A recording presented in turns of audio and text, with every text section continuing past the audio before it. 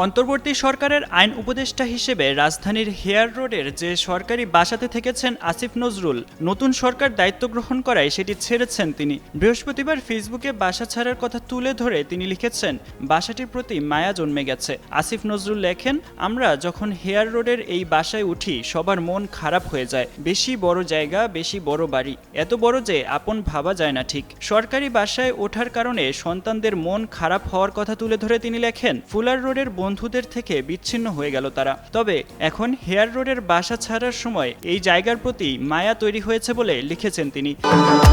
ভবিষ্যৎ হোক নিরাপদ, বিনিয়োগ হোক বিশ্বস্ত, আর আমার পছন্দ সল্ট বে। ওয়েলকাম টু সল্ট বে। ফেসবুক পোস্টে বলেন, দু একদিনের মধ্যে আমরা চলে যাব এই বাসা থেকে। আমার মায়া রোগ আছে, এখন দেখি এই বাসাটার জন্যই অনেক মায়া লাগছে, বিশেষ করে ঝোপঝাড়, রোদ ছায়া, চিলের ডানা আর বিশাল আকাশটার জন্য।